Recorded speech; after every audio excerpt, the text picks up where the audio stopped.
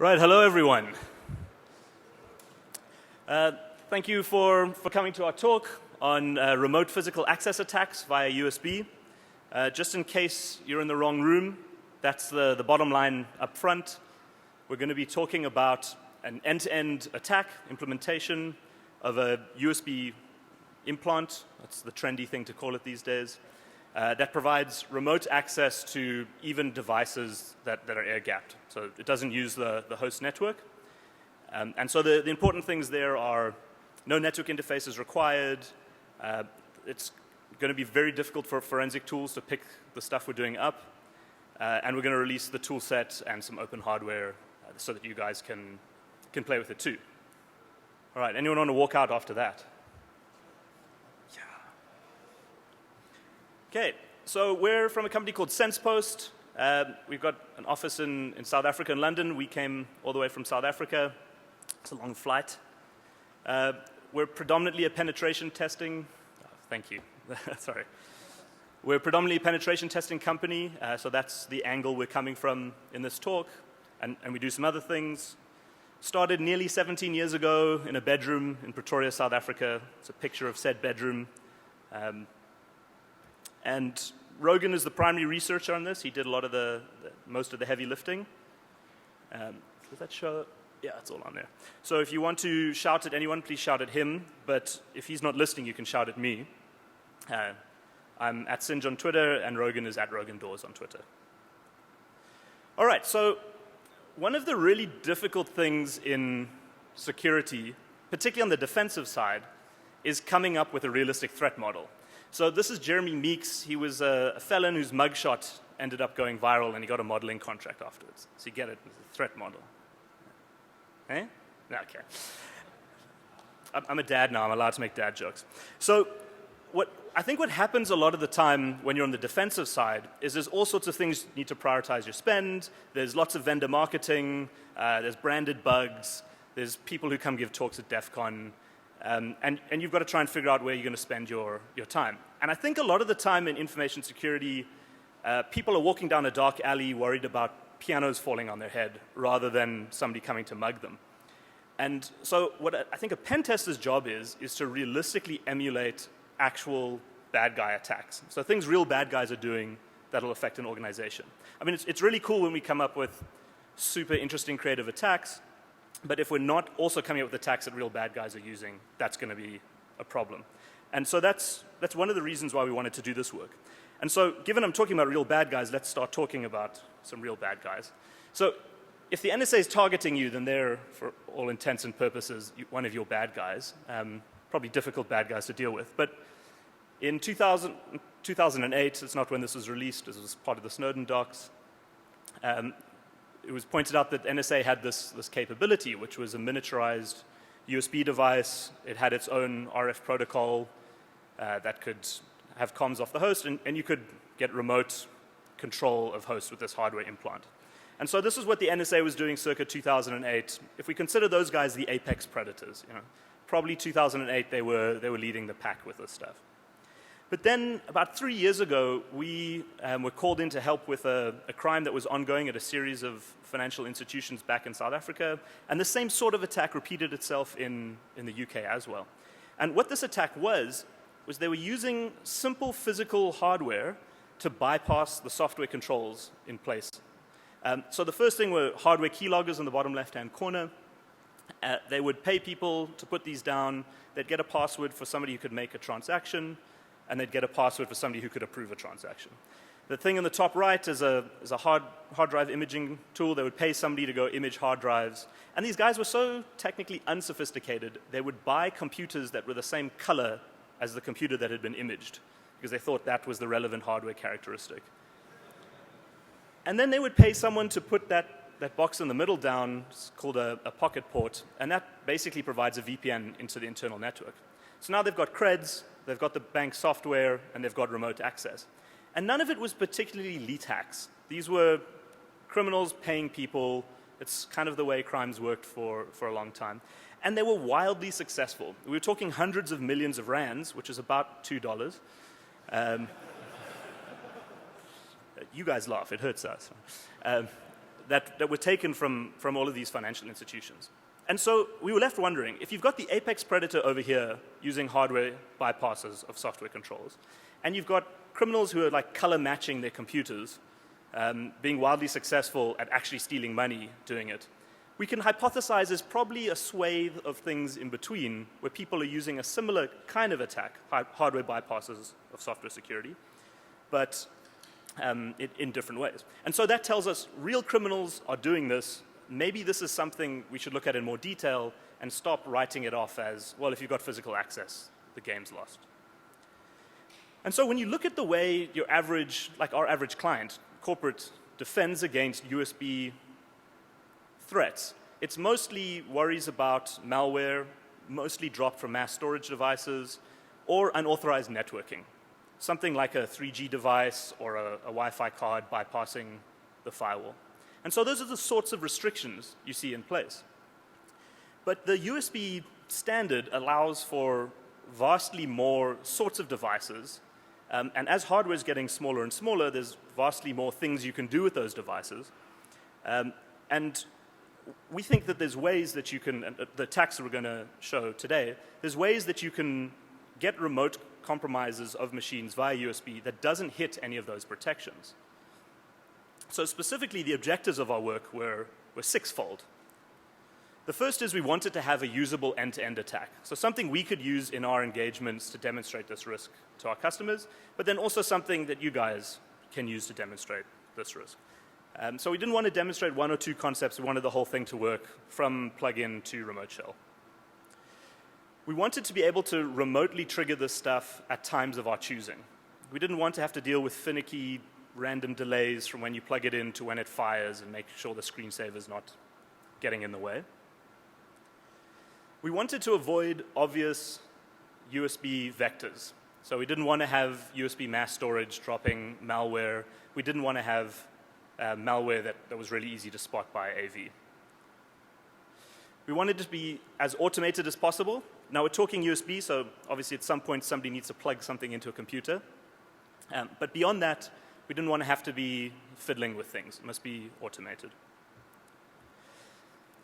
Then this was quite an important design goal for us. We wanted to use a covert back channel, and that's fancy words for it mustn't be a network card. So we'll get into it in more detail, but we use innocuous-looking USB devices, text printers, sound cards, and in this particular thing, generic HID device, to do a bunch of our comms. And Rogan's going to get into that in more detail. And then we wanted to limit the forensic impact of this. So because we're using hardware devices, we could put a bunch of the heavy lifting on there rather than having to stick it in malware that's executing on the host. And so naturally, because we're using our own RF back channel, it's not going through the network of the target device or the target organization. So things like FireEyes and IDSs that would normally monitor network comms looking for C2 comms, things like that, they're not going to come into play. We also don't have to deal with the vagaries of proxy access that might be in play at various organizations.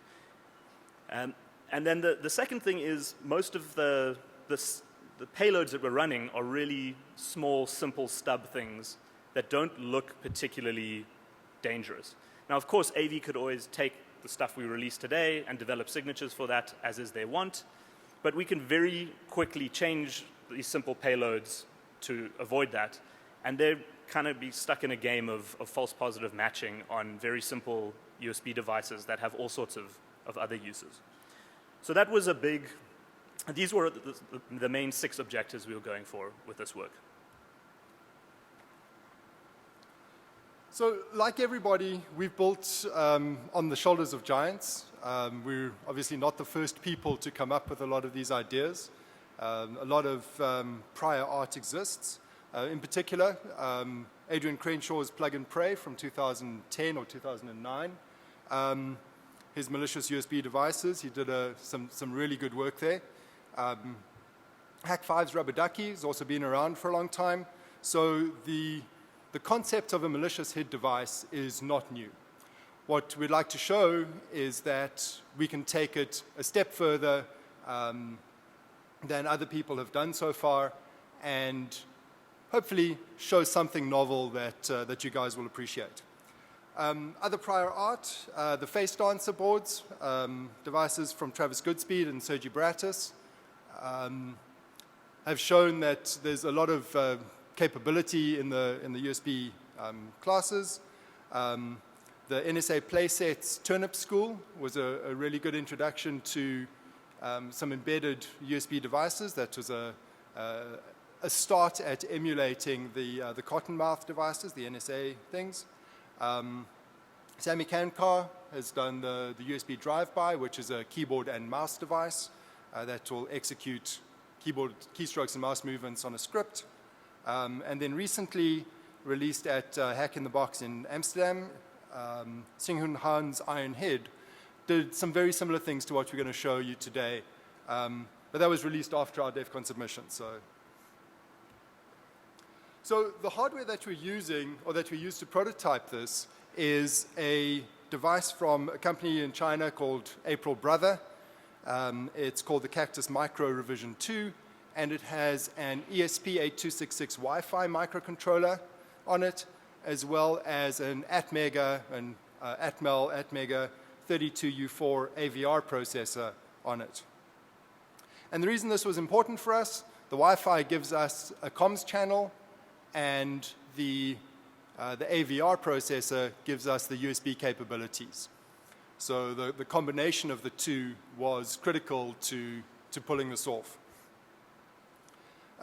It has some problems, obviously. The device itself is really, really small, so which is obviously a good thing, but it has a micro USB connector on it, which is not particularly good when you're trying to make it look like a flash drive. So for those in the back, this is what it looks like.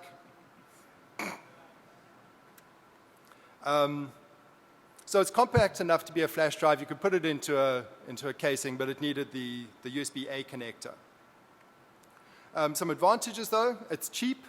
They were going for around $11 when I bought mine, and it's got the basic capabilities that we need: the Wi-Fi and the USB capabilities. So we had some custom boards made up to address those shortcomings that we identified. Most importantly, the USB-A connector, but also we added some storage capability, a micro SD slot, so we can put some storage on it. If we want to make it show up as a flash storage device, we can, or store data on it for exfiltration. But we also connected a few of the other lines between the two microprocessors so that we can use some of the other capabilities that exist. So there's the finished device, both sides, and in a casing. So it's pretty innocuous, looks exactly like a flash drive. There is nothing really that distinguishes it otherwise.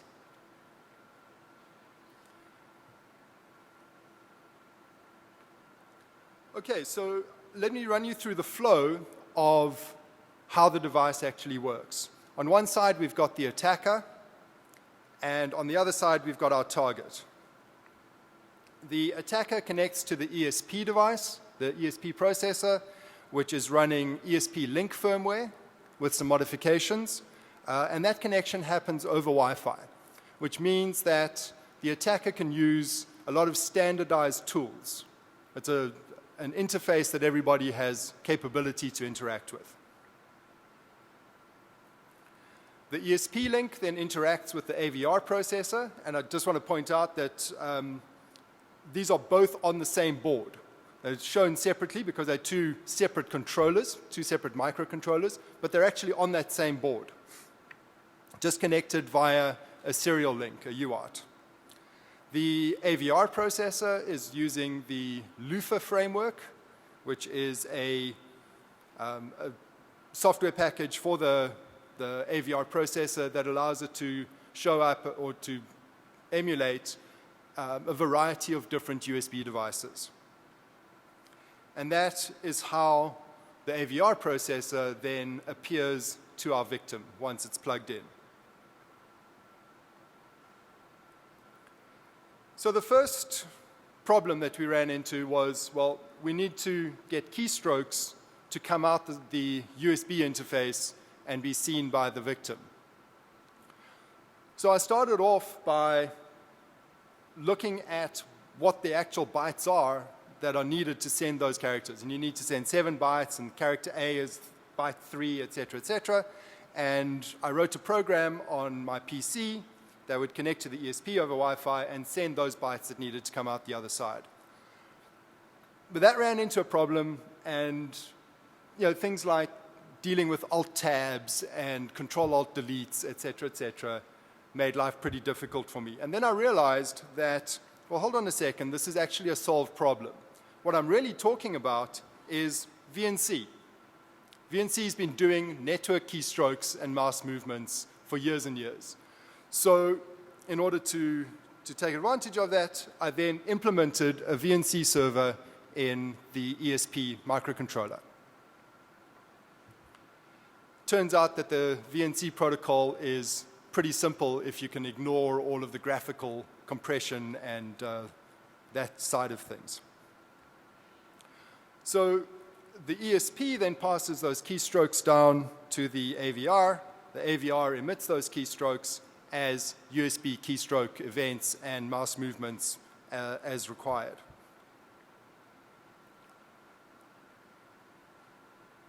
The other aspect of the AVR is that it can provide multiple interfaces simultaneously using what's known as a composite device. So while it's being a keyboard and a mouse, it can also provide additional channels. We looked at using some, pure keyboard and mouse comms, thinking that we could extract data using the keyboard LEDs, the scroll lock and the num lock and the caps lock LEDs, because that's a reverse channel that's available to a keyboard. And then we discovered that that's not novel. Somebody's already done that in 2012, and they managed to get a whopping 1.25 bytes per second. So we reckoned that wasn't good enough and explored some other alternatives. Other alternatives that we considered were devices such as text-only printers, things like sound cards, MIDI devices, which all have default class drivers in most operating systems that you're interested in. They'll automatically be recognized, and it makes it really, really easy for an attacker to connect a device and not have to worry about loading driver software or anything like that. No prompts show up on the victim. You simply plug it in, Windows recognizes it, and you're good to go.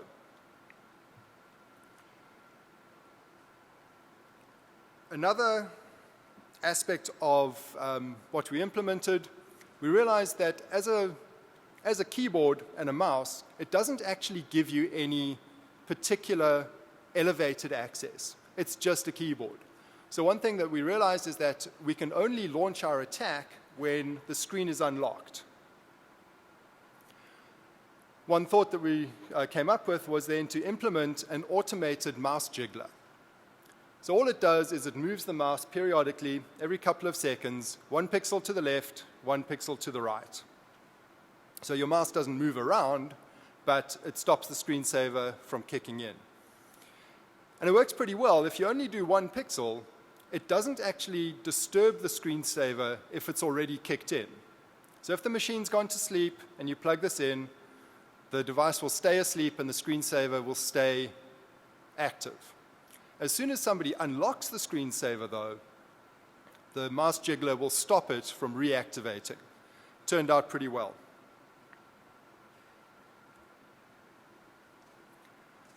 Okay, so having implemented the keystroke channel, we then realized that we needed to have this additional pipe. So we've launched our basic exploit, and now we need to have this back channel communications.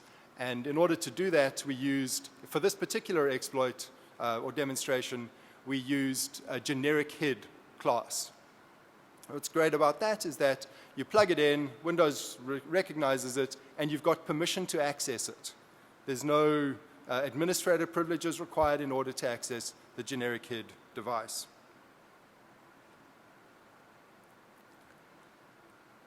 So the process goes like this.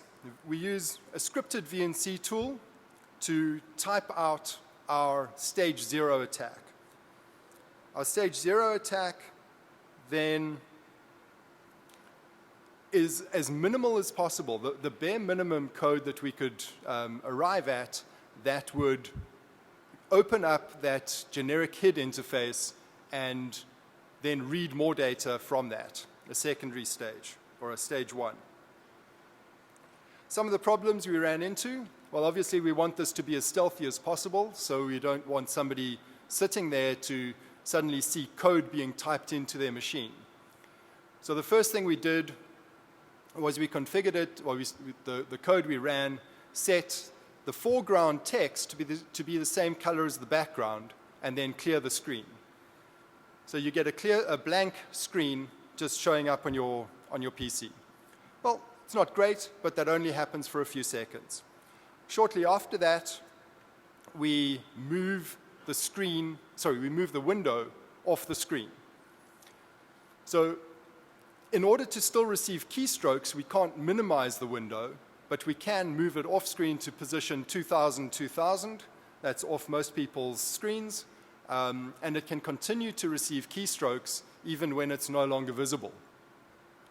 It does still remain in the taskbar, however, because it has to in order to receive those keystrokes. The last thing we do once we've finished executing our payload is to make that window disappear from the taskbar.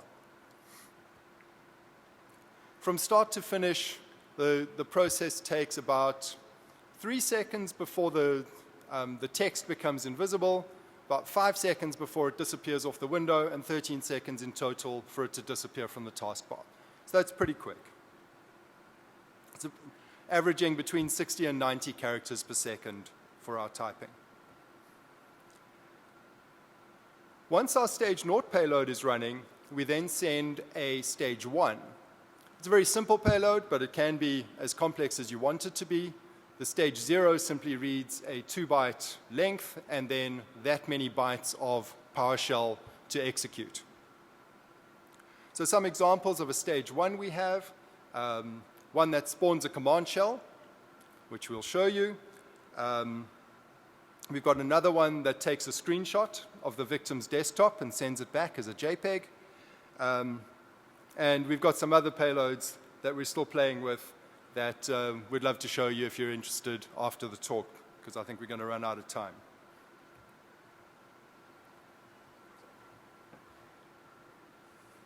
So, like Rogan was saying, one of the big problems with this is you need to make sure that that initial typed payload is as stealthy as possible. And I think we've come up with some fairly decent optimizations that mean we can type an incredibly small payload. So our sneakiest payload is about just less than 1,000 characters, which can be typed pretty quickly. And we can do a bunch of optimizations beforehand to hide it. Plus, I think it's pretty cool that it reads from the HID device. You don't have to rely on sort of fragile typing to get the thing across. We tried some other things. So we ran into some issues with alternative keyboard layouts. So we were using a UK keyboard layout versus a USA keyboard layout. And different characters come through differently, particularly when you're typing sort of semi-advanced PowerShell code. One of the easy solutions would be to base64 encode that. But those of you who've played with things like Empire or PowerShell's base64 encoding, that ends up like over doubling the size of the characters required because of the way it does the base64 encoding. So we had to keep it as small and as sneaky as possible. We also tried some other interesting things which we thought were quite clever, but they didn't work out so well. Because we're typing, we could technically use tab completion from PowerShell. So we were able to implement a payload that uses tab completion as much as possible, which saved us, I think, a total of 12 characters. Wasn't really worth the effort. But with the code that we released, we're going to release a simple little PowerShell minifier. So those of you who are trying to get smaller PowerShell exploits into smaller buffers, that might be helpful for some of you.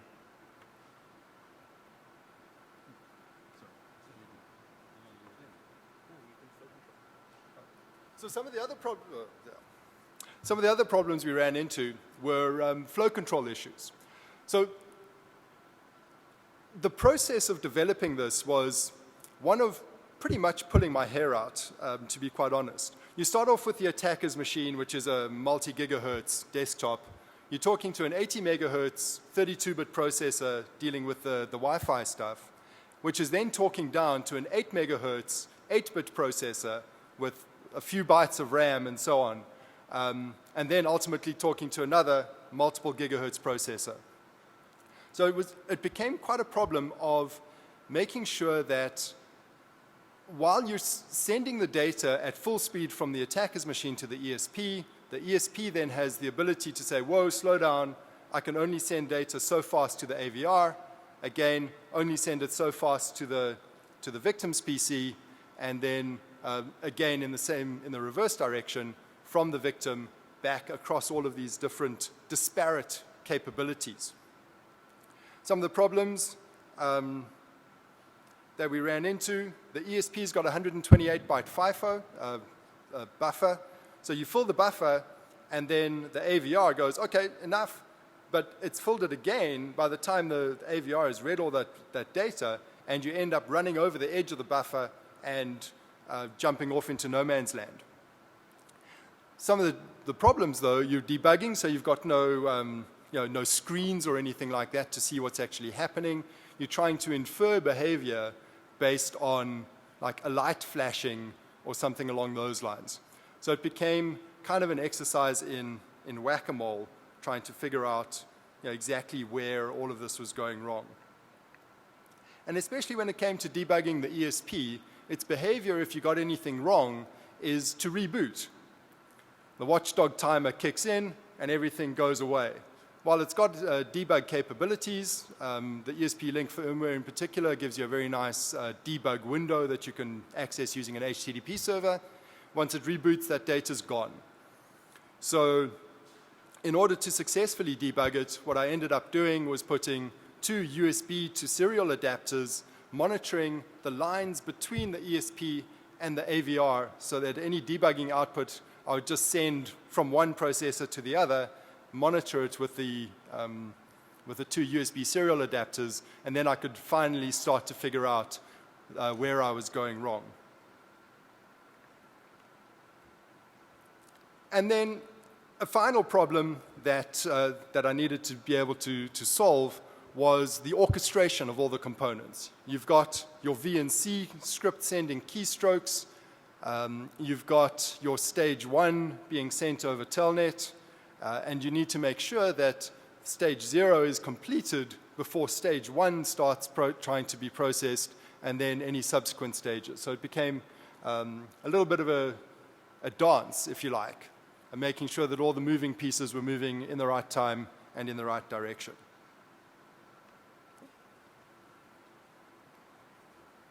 And so the bits Rogan doesn't tell you about, he says he lost a bunch of hair, but include things like 3 o'clock yesterday night as he's trying to develop one more thing, dancing around the room thinking something's won, or only to have it fall over and to return to his chair in disappointment. And so the thing that this made clear to us in developing it is that in the world of PCs and mobile phones, as attackers or even just normal users, we're used to the idea that there's these really robust, well-tested frameworks, stacks, libraries. But the second you move to little pieces of shitty hardware that are this big, you end up in a dark world of pain, fear, and loathing. And so the move from the theoretical to the actual implementation with this is quite a long path, particularly as you move across all of these different layers. I'm sure there are embedded hardware programmers who would look at the code and laugh and laugh and laugh. But it's not like you can have just one area of specialization in this. You're moving from USB to Wi-Fi to Telnet to VNC to PowerShell. It really is a cross-functional thing. And so we weren't able to find any live chickens in Las Vegas, and we haven't sacrificed anything to the demo god. And we're going to try and show you a video demo. We're going to try and show a live demo later on, but we thought let's have at least one thing which works before we march off in shame. So this is a video of said demo, and on the it's not showing up, is it?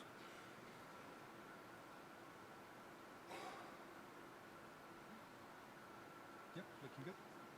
All right, so that's your right-hand side is the attacker, and the left-hand side is the victim. So the victim machine is a bog standard Windows 8 default configuration other than having installed antivirus. There's no network connection available, so the thing is air-gapped for all intents and purposes. And then probably the longest part of setting up this machine was downloading the bloatware that is McAfee for it to give us a little green icon saying we're secure, and we updated it last night. So we've got the latest and greatest protections there. Now, we mentioned that it's got a mouse jiggler to stop the screensaver, and so you can see the screensaver's set to timeout after 1 minute. And the really cool thing about this implementation of the mouse jiggler that we found is that most operating systems smooth the output. So you don't see the mouse moving at all. So even though it's moving the mouse 1 pixel right and left, you just don't see anything. So if everyone could brace themselves, we're now going to spend a minute watching time tick on that clock. No, not really. So if we fast forward a minute, Rogan and I sat there staring at the screen, waiting for that clock to tick. It's really just to show that after a minute, the screensaver doesn't engage. So the user's gotten up, they went to get some coffee, trusting that their screensaver would kick in. It doesn't, and we're now free to launch our payload. All right, so we then move to the attacker's machine. Now, obviously, we're displaying these side by side. They're not going to be physically next to each other. There would be a Wi-Fi connection between the attacker and the little device. And so we run our attack, which just pipes everything that we're trying to do. And so here you can see it running. It popped up start run, typed in PowerShell, brought up a PowerShell window, and you can see in a couple of seconds it's hidden the text. So that's the first attempt at sneakiness. So a user doesn't see a bunch of strange hieroglyphs flying across their screen. And then after a couple more seconds, we move that window off of the screen. But keyboard input is still going into that window. If we'd hidden the window, the keyboard input wouldn't go there. But you can see it's still in the taskbar. Eventually, after it's put in enough to start reading from the HID device, we don't need the keyboard input anymore, and we can hide that window, put it into a proper background process. You'll see then on the right it says sending 2568 bytes. That's the second stage that Rogan was talking about. And this one, we're just sending the simple command shell that can speak the HID protocol that we developed. And it gives us a DOS shell back over Wi-Fi. And so we can run the latest thing we could think of, calc.exe.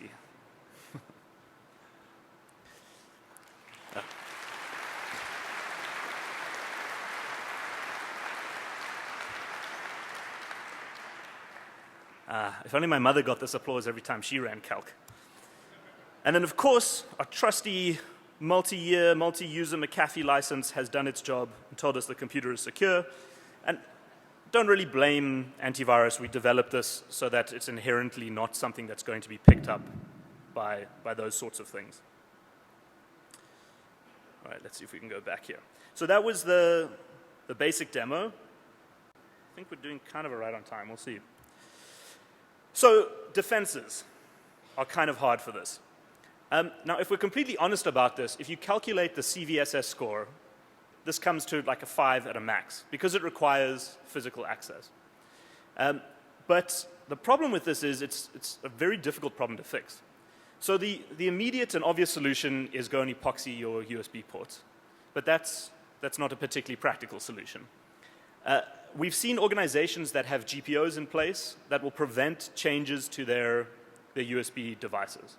So practically the way that manifests is you unplug your keyboard and you can't plug it back in again. I mean, you can physically plug it in again, but it doesn't show up. An IT guy needs to come out and type in an admin password. So those of you who run organizations that have service desks will know that that's probably so impractical that you'll have a large part of the user base just skipping it. Mostly executives, right? They'll get so mad about it, they'll shout at IT, and then they'll get bypassed. So that's the one set of defenses. They're kind of uncomfortable. the stuff that you often see proposed in response to, for example, USB hit attacks in general, is that we need some kind of USB authorization framework. But it's actually a really difficult problem to do. So what that would look like is you can imagine there's some kind of crypto chip in your USB devices, your mouse, your keyboard, that has got some kind of signed key that means it's allowed to run on the device. But I mean, if you look at the response to Microsoft's changes to driver signing recently, the barriers to entry then for your average hardware manufacturer get much higher, and it's going to push up the cost. And even if you do all of that, there's nothing really stopping us from just hooking into a legitimate keyboard signed thing to do some of these things. And so now you've got to start having like tamper-proof hardware and TPM chips and an entire PKI, all to try and make it much harder to plug a keyboard or a mouse in. This is an inherently difficult problem to solve. And so we're in the uncomfortable position of what are we going to write in pen test reports if we use these things? And that's kind of the point is we see real bad guys doing it, from the NSA to garden variety criminals. Why don't we have an ability to detect hardware keyloggers in software? This has got to be a problem that we need to solve now. I mean, hardware keyloggers are used in real attacks all the time. And so, yeah, unfortunately, the defenses are really uncomfortable, and hopefully people will apply some smart thought here, and those will get a bit better.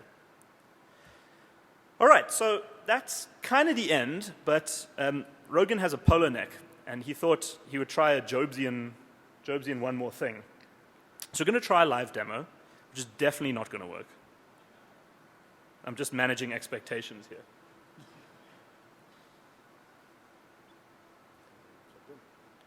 All right, so let's move all the windows around. So what Rogan spent time doing last night instead of working on slides, well, let me leave it to you.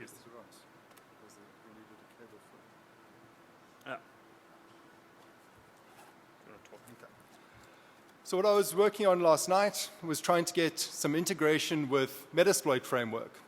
And I was successful in getting a shell, a staged shell, so Shigatagane staged shell, sent over the HID interface to the victim machine and running there, talking back again across the HID interface to an MSF console running on the attacker's machine. And in order to do that, I implemented a TCP proxy that would accept a TCP connection on port 65535 to localhost and then relay any connection or any data across the HID interface. Nice thing about using localhost is that your Windows firewalls, etc., don't pop up any alerts for listening sockets. If you're listening on a public IP address or a public interface, a publicly accessible interface, whatever, shall we say externally accessible interface, your firewall will pop up and say, do you want to allow this application to listen?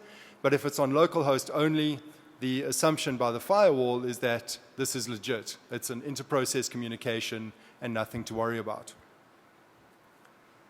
So,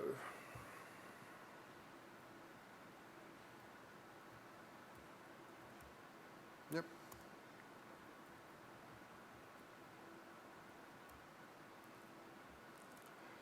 On the left, we have our victim.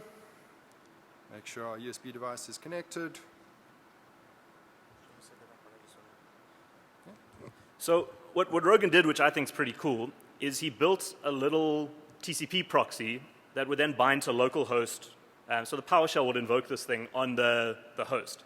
So what that means is payloads which talk TCP or HTTP can now talk the HID protocol without needing to be rewritten to use the HID protocol. And so that's one of the ways you can then use something like Meterpreter. And the disadvantage is it's slightly less stealthy. You're going to have a socket on localhost 65535 running as a proxy. But the plus side is you can more rapidly integrate other payloads, your favorite malware, to use this local stealthy comms. So one of the things we are looking at is doing a proper integration into Meterpreter, build a proper HID payload or HID transport and get that to work natively without the TCP proxy, as the TCP proxy does have its advantages in terms of easy implementation of additional payloads. So, sacrifice is done. Let's see. So this is real time, this is live, gives you a real indication of how long it really takes.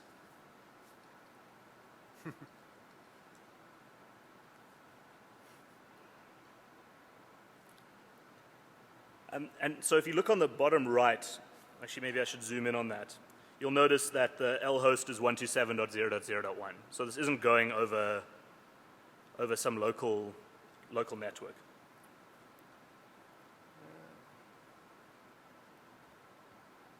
Nope, it died. Oh, no. Unfortunately. Sacrifice not accepted. I did have it working, but yeah. Yeah, all right, well, that was the least exciting demo of the day.